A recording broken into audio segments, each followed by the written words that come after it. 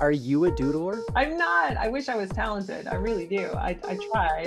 You're very talented in other things. You don't have the only metric isn't drawing.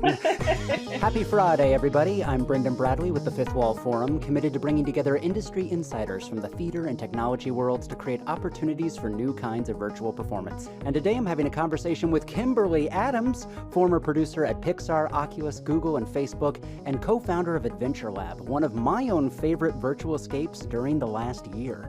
Today's conversation is brought to you by the Fifth Wall Forum Discord channel, a robust community of hundreds of technologists and artists sharing job postings, tutorials, upcoming performances, and the home of Artifact Friday, where our mentors and collaborators share artifacts from their work, giving Fifth Wall Forum members a first glimpse at the latest in innovation in immersive storytelling.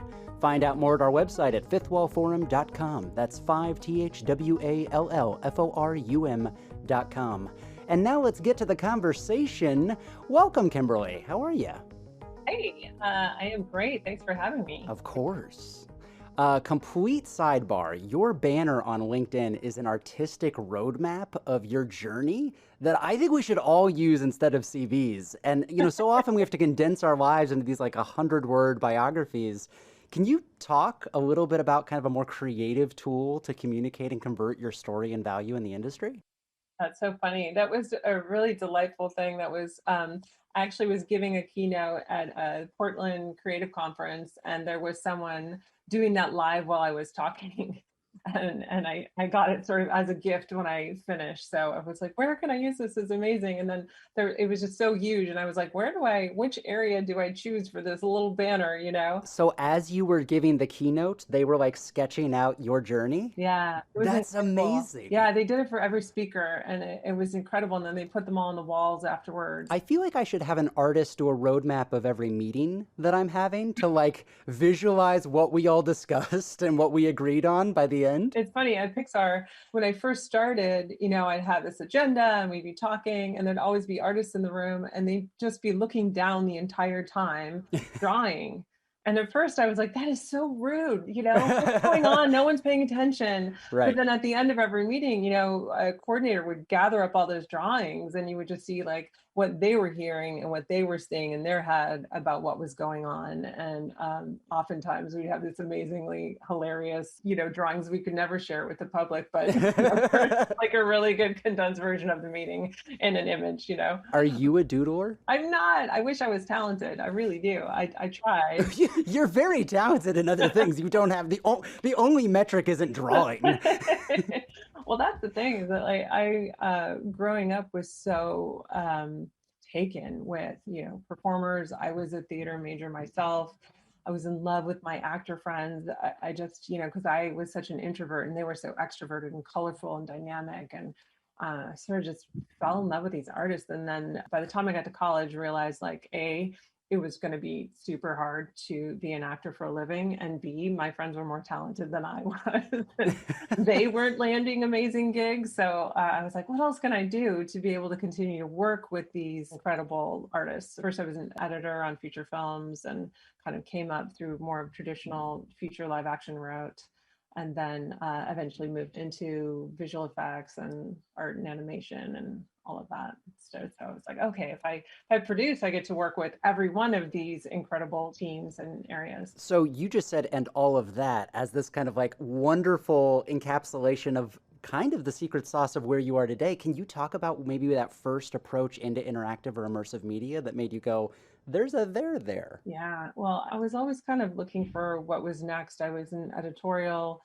My personality kind of grew out of that tiny room, although that tiny room was a great place to study storytelling. I was lucky enough to be on movies with Walter Murch and Françoise Bonneau and other award-winning directors and editors. But as I said, my personality I couldn't stay in that quiet room anymore. I was connecting people down the hall with other people who needed stuff. And so production became my gig, and then moved into visual effects production. And then once I got to the end of that, sort of learning that pipeline, wanted to move into animation, got the job at Pixar. I was fortunate to be placed into the short film division. So I was able to make these little micro projects, right? So instead of being on a 5-year long, huge animated feature, I was on these small short films. And so it was this incredible learning and training. the entire animation pipeline over and over and over. So instead of a feature in 5 years, I produced 13 short films with 8 different directors to help develop a couple TV specials, and was able to do that. And then it was sort of like, okay, this pipeline is tried and true. They do it the way they do it because it works. And what else is out there? And so I started meeting with Google Spotlight Stories. I started meeting with them, hearing about what they were doing. And then I saw Glenn Keane's project Duet that he did with Spotlight Stories. And so Duet was, Glenn Keane, who's this legendary animator, created Pocahontas and The Little Mermaid and Tarzan and all these characters. And he, drew this incredible, beautiful experience through which you would sort of use the phone as a window into another world. So you could move it around, follow different characters on their journeys, choose where to look and where to be. And I just it completely blew my mind. Like the fact that the running time could be different between one viewing and the next viewing, depending on how long you looked at something. Right. If I looked at something long enough, the audio would sort of fade away to encourage me to look back to where they wanted me to look. Like Smart. All of these different things. I was like, oh my God, like everything I've studied my entire life was just broken in half and turned upside down. And the fact that it was someone like Glenn Keane coming from such traditional experience, who was in there exploring. And that was one of the many great things about Google Spotlight, is that they were bringing people from traditional filmmaking into this space and saying, here are these tools, here's this engine we're building. What would you do with this? How would you tell a story with this? And they had this engine that was able to create many branching storylines. And anyway, it sort of broke my brain, and I was fascinated and really hooked. And up until that point, I'd been really dedicated to quality storytelling. I also realized, though, at that point, that it really was that initial love for artists and technologists, and that dialogue between the two, that was really my jam. Like that was really the most fascinating to me. I love storytelling. I'll always be a storyteller, but working with these genius artists and genius engineers who are also artists, their output is just different, right? Absolutely. Working with them to create things that had never been done before was my new sort of, elixir. Like, oh my God, this is incredible. And being on that team is a very healthy team. At Google Spotlight, that was always in constant communication and inspiring one another. So that was sort of what pulled me into immersive. That's amazing. Speaking of Oculus Story Studio, you were head of production there, and speaking of kind of breaking your brain a little bit, we just saw a year where the Quest 1 and 2 became many users' first experience with virtual reality. Were there places that you kind of broke your brain, or the audience or users surprised you as the demand for immersive interactive content has accelerated? Well, with Story Studio, I could talk about Wolves in the Walls, which was, for me, that was also integrating AI, and this AI character, this little girl character. And I would literally go at lunchtime and sit and put on the VR headset and like play checkers with Lucy. Wow. And she would win, So I'd be like, what about it? She was like this 8-year-old AI character, and that broke my brain.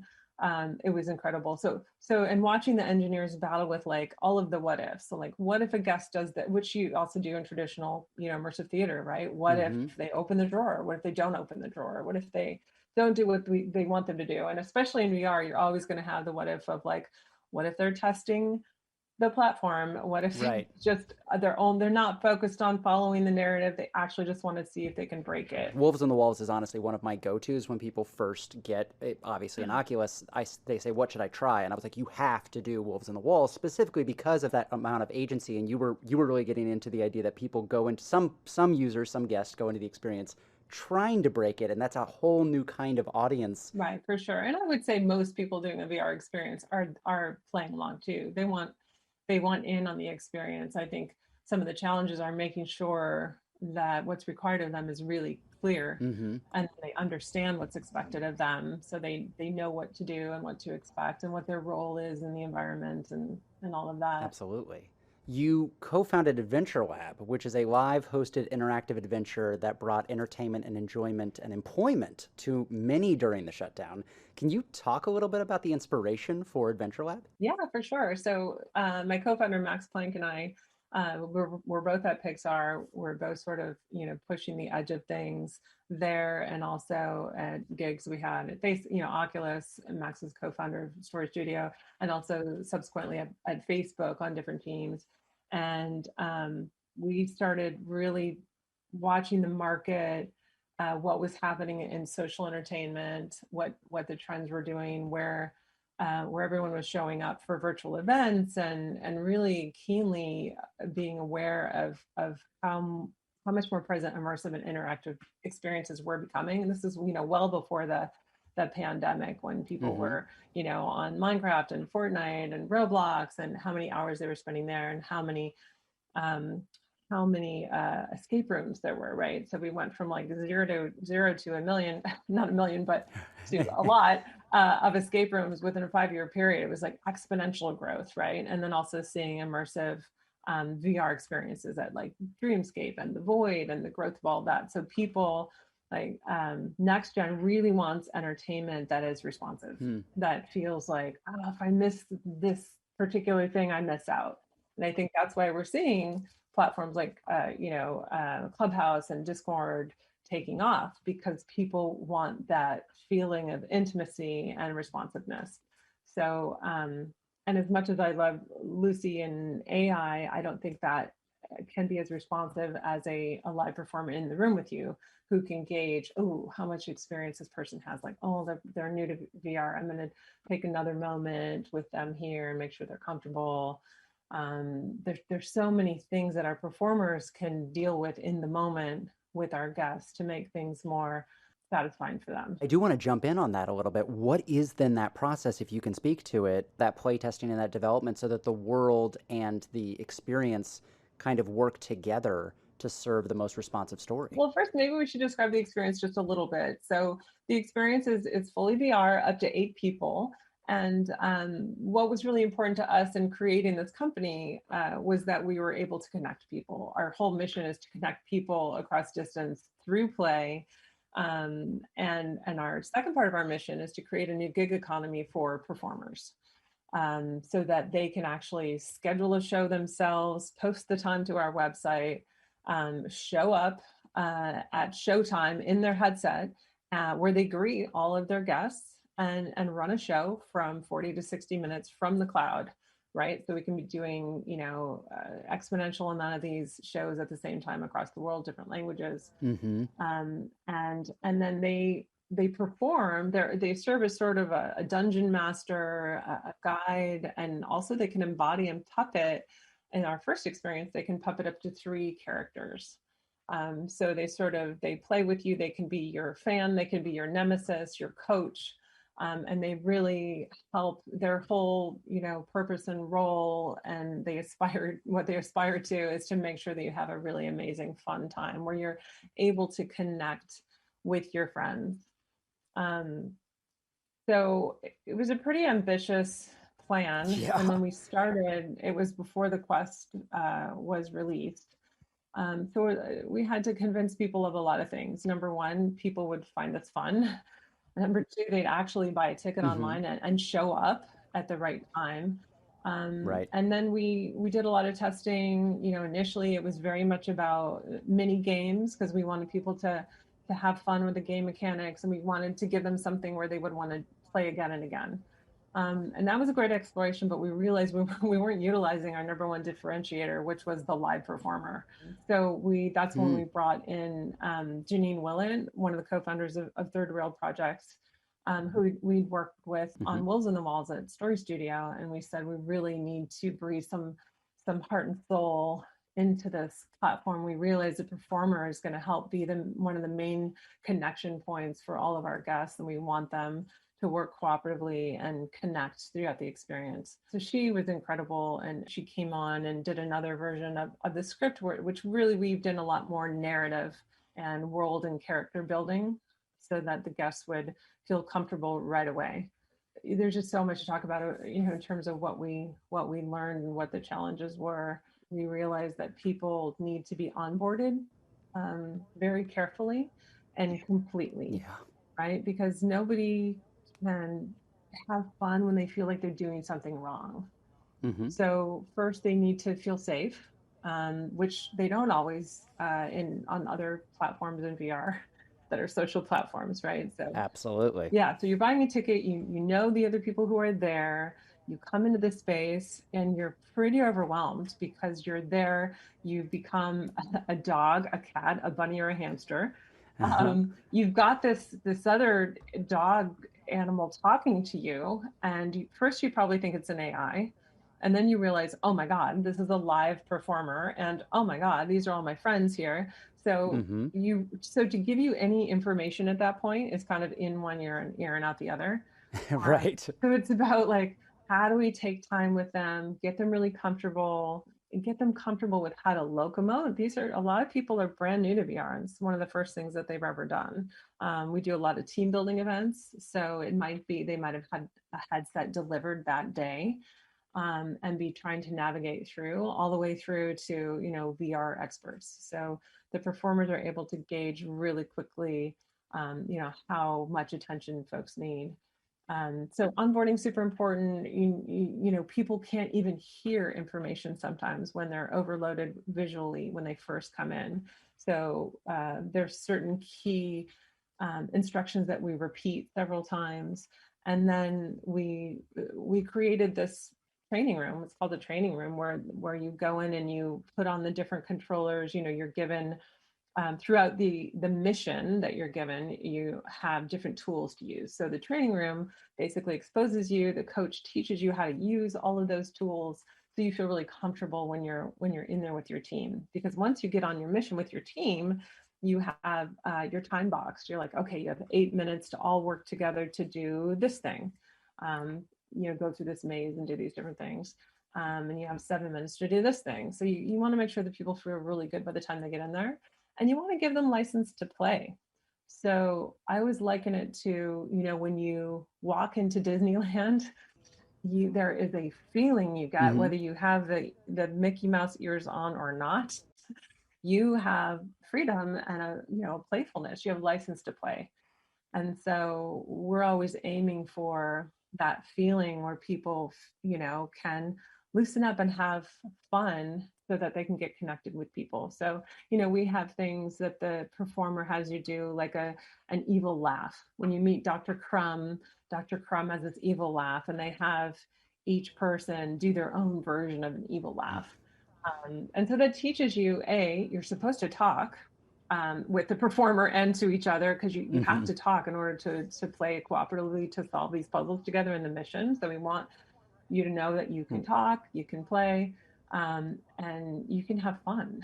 And so these are Right. all the important things about onboarding that we've learned. Also, Max and the engineers are experts at mechanics, so they made the game mechanics super easy. You don't have to there's no sort of grab mechanics. It's just really point, use your thumb and your trigger finger, and that's it. And you can get around and use all the different tools that we have really easily. I went through AdventureLab, Dr. Crumb, and had an absolute blast. I Oh, thank don't know you. how you even know what's going to work and what isn't. What is that process to start kind of like testing and stress testing the entire journey? Yeah, it's been hard for us to learn not to perfect things. Especially, I mean, Max was at Pixar for 10 years. I was there for 5. Um, every pixel being perfect. So, we're used to not releasing anything until it's perfect. But you can't do that. You will just die a perfect death if you do Right. that, because you have no idea how people are going to receive it. And in our case, how not only are our guests going to receive it, but how are the performers going to be able to manage? Like, are we working in things that are just too difficult? Like, we're asking them to, you know, manage the gameplay and to have a dialogue with the guests while making sure they get this pertinent information. Like, what is it actually like for them? So we actually do really heavy testing. We actually try to get stuff up and on its feet and out to test it immediately. And we test it, the engineers are running tests every day internally. And then we have sort of our friends and family group, or first actually our internal group, which is just the rest of the Hmm. team, and then our friends and family, and then we How do have you an get on official that team. list? Well, the play testers list is the next group, and you can get on that actually by going to our website. You can sign up to be a play tester for us, Cool. and then once we get to that stage where we're like, okay, we've stress tested this, now we really need to test it with more people and get some feedback. And that's what we did. We actually expanded the platform to include 2D interface too, so any device with a camera, and we had the performers interacting live with people through their browsers as well as in Very VR, cool.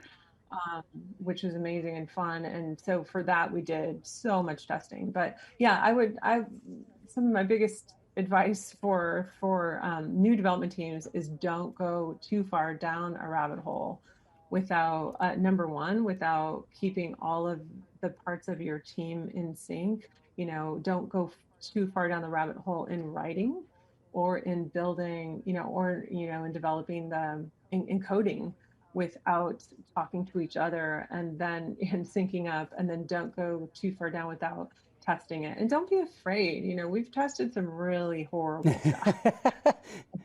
and just and try to not be defensive with feedback. Just say that is, just keep going there with them and saying, that's so interesting. Tell me more about why that was awful for you. Like, tell me everything about how awful it was. That's really the only way you're going to get to it. When it, Um, sorry, go ahead. yeah.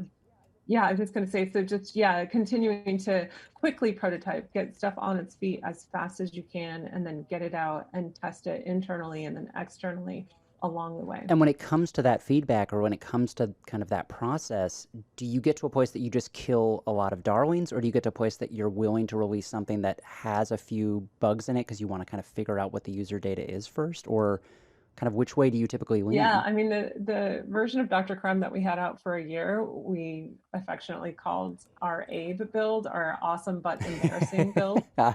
So the build that you love, that won all the awards, that won all the acclaim, is our embarrassing build. Wow. So yeah, there's about 100 things that and in fact, there's code already written to, have different levels of escape room, have different, better special abilities for the avatar. Like, there's so many things, right? But you can't go on like that. You have to at some point say, okay, X amount of people actually coined this delightful. Hmm. And so we're going to get it out there. And then, yes, we'll keep making it better, but it's right now and that was my bar for the thing I was talking about, the cross platform. We had given ourselves 6 weeks, that went to 10 weeks, and week 10, I was like, maybe this just isn't going to be fun. And then we made some significant changes, and I said, we need to know it's delightful. And we were in a play tester group test, so it had gotten pretty far down the line, and a woman said, I just thought it was delightful. And like the whole team was like, thank God. We reached delightful. And then we kept getting that consistent feedback. Like, this is really fun. Like, yeah, there's some tweaky things, but I love it. And then you kind of, you have a sense when, like, okay, this is ready enough to get out I there. love that the tagline is what we consider embarrassing, users consider delightful. Exactly. You spoke a little to this trend of kind of a growing creative economy and culture with responsive content, which is, whether it's TikTok duets or Twitch Let's Play or these fully immersive experiences like AdventureLab. Where do you see this future of entertainment and this kind of fluid kind of audience creator role of people becoming players rather than just spectators? Yeah, I think everything's going to continue, right? This movement has started with these consumer grade VR devices, and they've just become more accessible. It was always like, well, what do we need? We need headsets that are not tethered, that are more Hmm. accessible, that are more affordable. Well, all of that's arrived. So I think that is going to continue to increase. And I've been thinking a lot, we've had a lot of meetings, partnership meetings and things like that for AdventureLab over the last year. And I'm thinking a lot about, like, where are we going to see this immersive content that people will love, that can really scale Hmm. um, in a big way. And I feel like it's actually not going to be coming from the studios.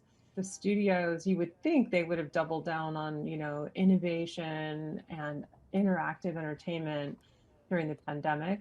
But instead, the reverse, they've got some incredible immersive leadership teams, but they sort of all of their teams got cut, or budget Mm-hmm. restrictions during that. So unfortunately, because we would say, well, what's like streaming was the thing. Disney won that. Disney Plus is the winner in streaming. What's beyond streaming? Right. What is this? You can see Gen Z. You can see they want to continue to play together. They want responsive entertainment. There's such massive opportunity to integrate IP into this. And they get that, but I don't think Mm-hmm. they're going to be the ones to lead the way. I do think, with the exception of Netflix and HBO, I think they're putting more resources toward inventive platforms. But I also think that you would think, okay, well, maybe it's going to be the big software companies, the big tech companies, and they all do want to create their own content, right? So the Facebook, Apple, Google, but within those current, or maybe not current, but as of a year ago ranks, there weren't a lot of creators uh, in those communities.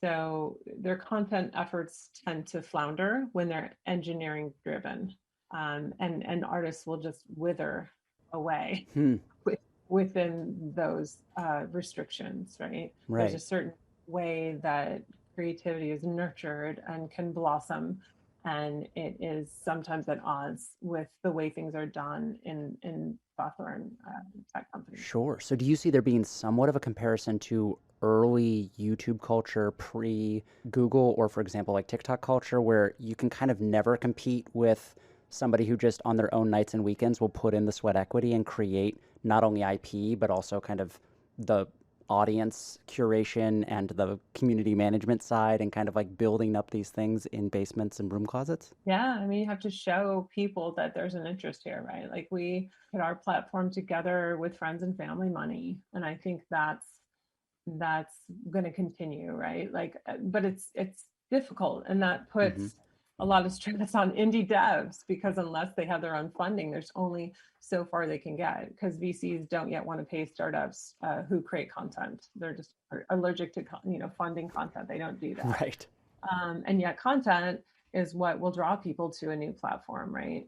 Right. So, but there's so much pressure from VCs to get to the point where you can 10x your revenue within a 3-year period. It's all about them wanting to see the hockey stick. When is the hockey stick coming? When are you going to get there? And it's really difficult for devs to figure this out when when the market is still growing. We can see it growing every day. It's growing, but we're still trying to find product market fit within the space. So Mm-hmm. I think that we're a little bit too early for some of these companies to get VC funding. So it will be, a lot of this will be on the indie devs who can sort of keep going in a really scrappy style. And those are the companies that sort of, Mm-hmm. get bought up by the big companies, because they need that innovation, and that thinking outside the box that they're not able to do within their big systems with a lot of voices and a lot of stakeholders. I also think you'll see social platforms are still pretty obsessed with creating the metaverse, but we are starting to see, like, Oculus has been hiring up like crazy, and partnering with dev to create really fun experiences for Horizon. We'll Mm-hmm. we'll see that they are gonna, the Robloxes, Fortnite, Niantic, Minecraft, Altspace, VRChat, they're all going to be continuing with concerts and events, right? And trying to crack, like, how to make these one-to-many experiences feel more special and bespoke, Absolutely. because it's just magical to feel seen or heard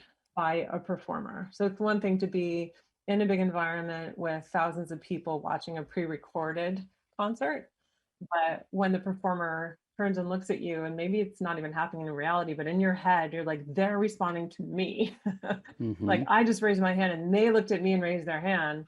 Wow, that makes people light up. So I think that those kind of big companies will continue to dig into that and say, how can we give people a more satisfying experience? And there needs to be a reason why we're doing these things virtually, right? There needs to be, I'm all for virtual theater, but you know, take, pandemic aside, why would I go to a virtual theater when I can,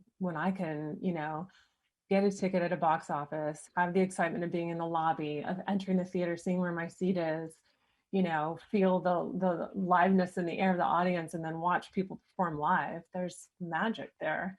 So we've got to be adding to that in some way. Is it that they're on a rowboat on the stage and suddenly I'm surrounded by water? Right.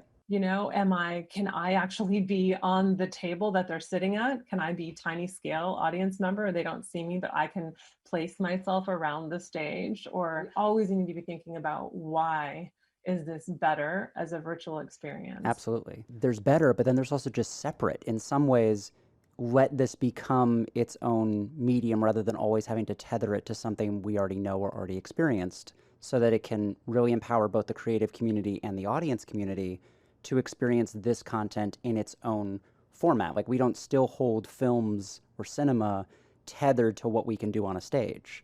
Right. Yeah, and in some ways, letting the content evolve to what's best to support the content. In a lot of ways, I think that this is where the work you did with AdventureLab and things like Wolves on the Walls really sing, in that it is a curated experience that really embraces its format in a way that I think is so satisfying, for me at least, as an audience member, to go to, where I go, I couldn't see this another way. I couldn't experience this another way, because this is celebrating what the medium does best. Yeah, you really have to be designing for it from the beginning, where it feels plugged in, like, oh, let's go back and do the X version of this, the 3D version, the branching storyline version, that when it's tacked on afterwards, people feel it.